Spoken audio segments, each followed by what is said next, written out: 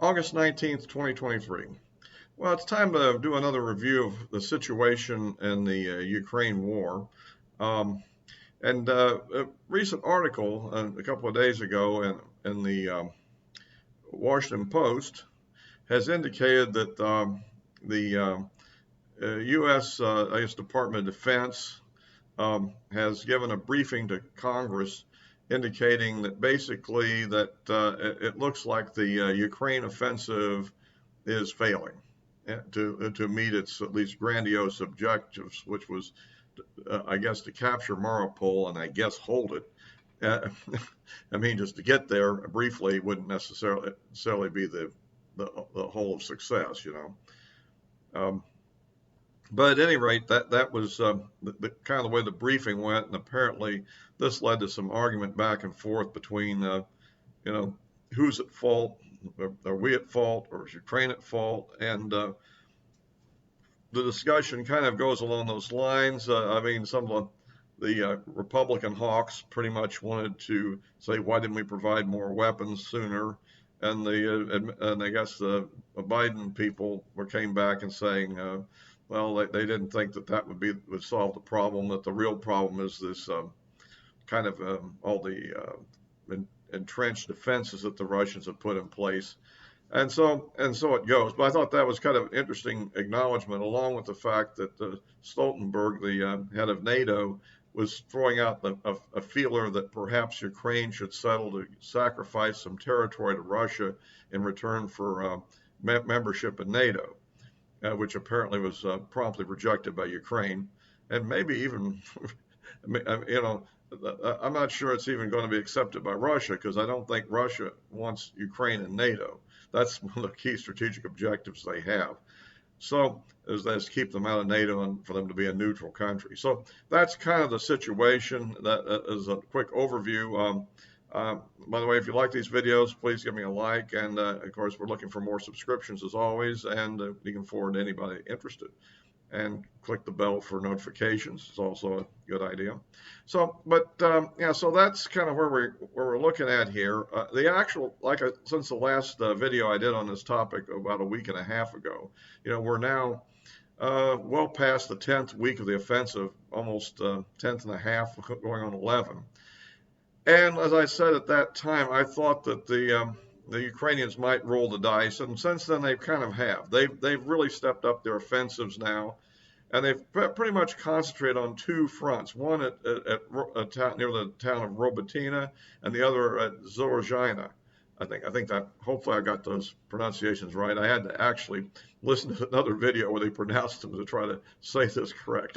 But anyway, these are the two. The basic fronts, and since the last time, the Ukrainians have put a lot of infantry and armored attacks into them using a variety of tactics, and they've pretty much taken most of Robotina, I believe, and they've taken all of Zorozhina. And the Russians there have retreated to a river bank and some high ground and are defending still forward of their primary defensive line, but they have taken that town at pretty much great cost, I would say, but they took it. And then and Robotina, they're still struggling to take the southern part of it. And so, but I mean, this is still, and the key thing always is to get to these supply nodes and road nexuses to try to disrupt logistics. I guess war is only a battle about logistics fundamentally. And the Ukrainian strategy, as I pointed out before, is largely based on trying to disrupt Russian logistics. And that gives them, if they're successful, would give them a chance of success. The main thing has been the introduction of the Storm Shadow missile and the French Scalper, I think it's called, which I think is basically the same basic missile, but just there's a joint project between the maker for both countries, which is as I mentioned before, is a somewhat stealthy cruise missile, which apparently can evade long-range Russian air defenses. And it has to be launched from aircraft, particularly Su-24s are the primary launch vehicle. They might be able to use something else. But that, and of course, the Russians then have stepped up attacks on airfields, trying to neutralize these air bases and I guess destroy as many of the aircraft on the ground as they can, or injure or kill support personnel. So that's kind of the way that this is being countered.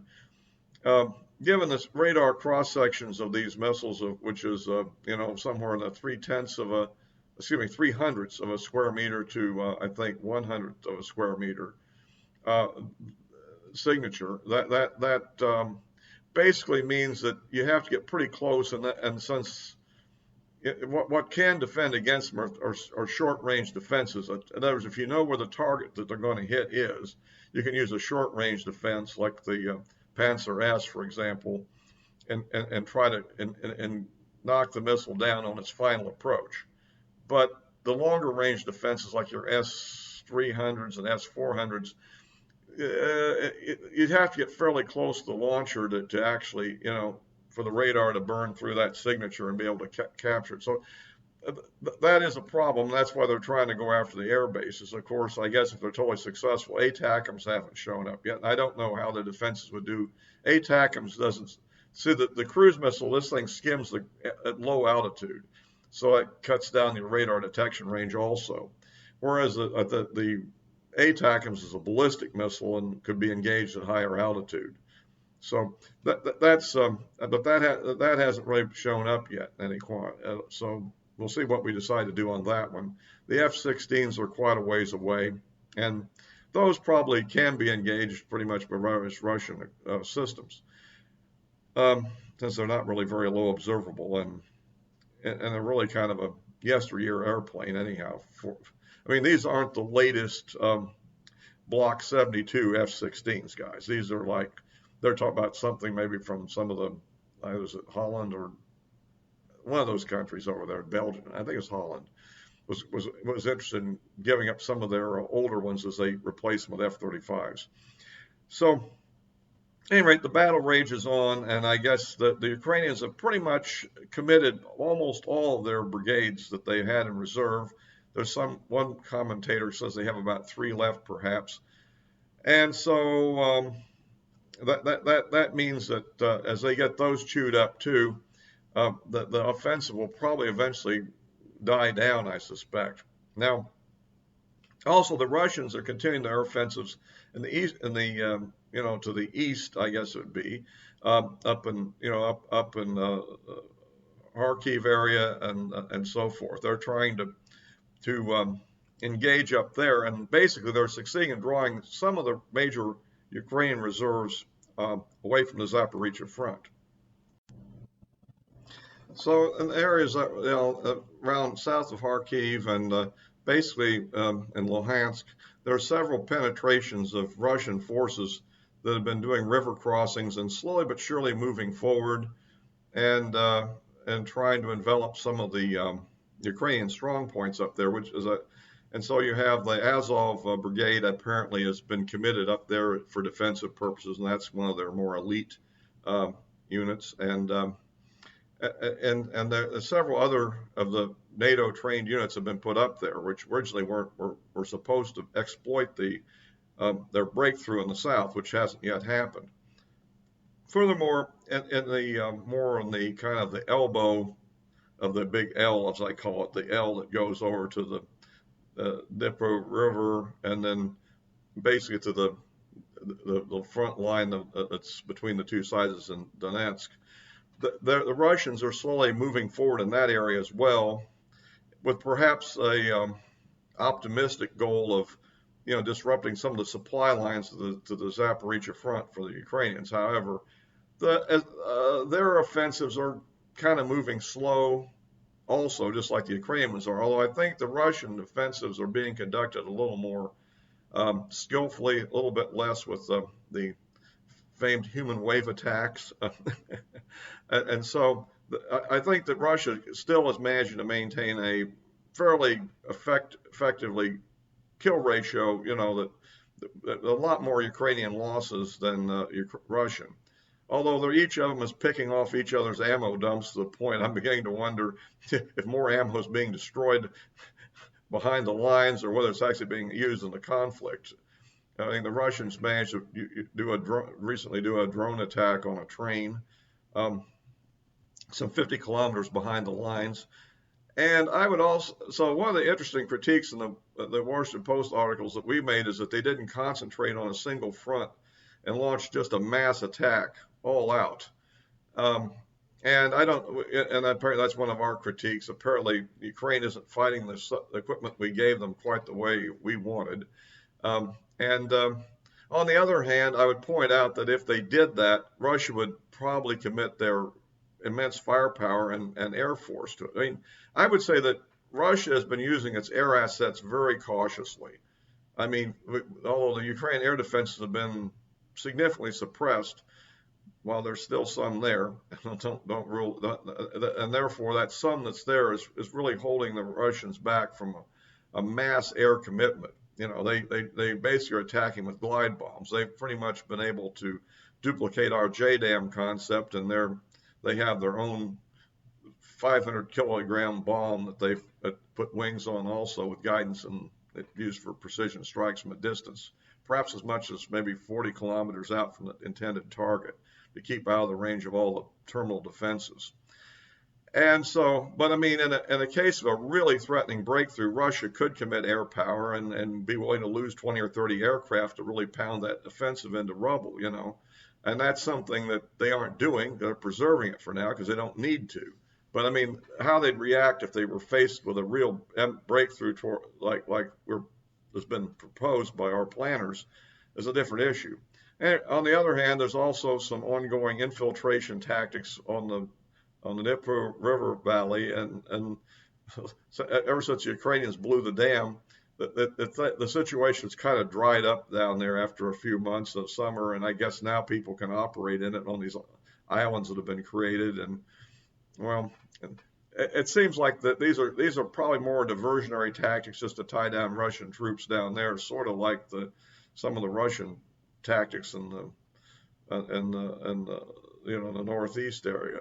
So at any rate, that's kind of how the conflict is going, and I don't quite have the optimism for the Russians that Colonel Macgregor seems to propose. I still think this is strategically kind of a stalemate. And barring one side or the other simply developing a collapse, I would tend to think it will simply grind on until the rainy season comes and probably slows down mobile operations considerably. And then you'll probably still have ongoing fights, but maybe not nearly as feisty as these are. I mean, on the other hand, I'd also point out that President Zelensky made an interesting move recently, and that is he has fired all the regional, I think they use the term, basically they're draft commissars, if you want to call them, the people that in charge of what they have instead of a draft board. Okay, like if you think in American terms, and then these are regional offices throughout the Ukraine. I guess every place that's not occupied by Russia. And essentially, what's been going on is that people with significant money that don't have a zest for combat or patriotism have been paying these commissars often up to something like $5,000 or $10,000 a piece to be not drafted.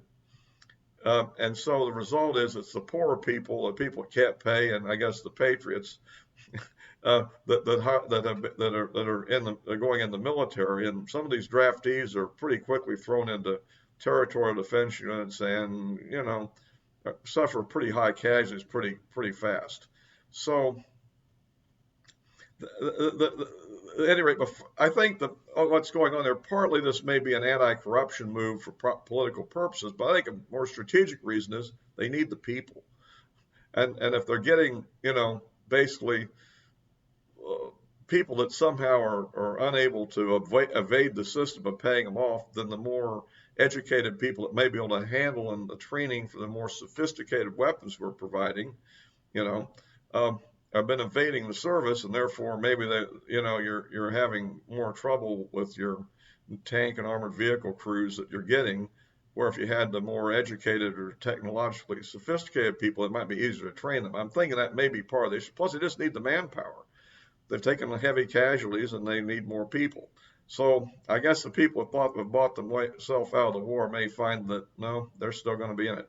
So that's kind of the way I see the conflict. The Russians seem to be crowing a little bit in the last couple of days, 3 days or so, in their pronouncements. So we'll see if they've crowed a little too soon or not. I mean, on the other hand, one of the websites that I watch that sort of I think leans pro-Russian, is always a lot more nervous than some of the other sites are about the Russian prospects. So, I think there's still plenty for either side to worry about in this conflict. So that's kind of wraps up what I see right now, and just to kind of keep everybody up on it that don't have the time to, watch hours of these different videos day by day.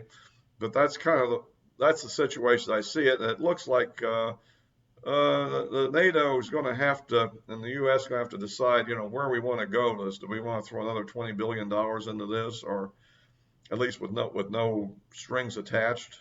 Or do we want to maybe say, look, we'll give you the 20 billion, but it's time for you guys to kind of change your position and start negotiating, a little bit. And I don't know.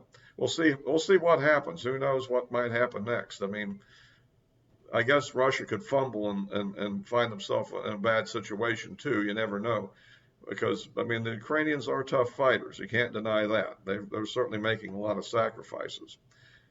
But again, the Russians weren't as weak as we tried to make them out to be, because at the time the offensives that occurred, last year, about last fall, that period, the Russians were kind of depleted and hadn't really mobilized much. They were simply operating with their peacetime army, basically, which and also had some people that volunteered to serve 6 months.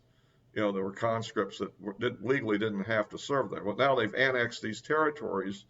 Legally, they can send in conscripts, and they also mobilize well over 300,000 troops, and perhaps even more with volunteers and so forth. So the Russian military is much more formidable now than it was a year ago. That's the other thing to consider. So I'll be wrapping this one up for now. As always, I'll be posting on Rumble as well, and of course the addresses of my social media accounts are in the description below.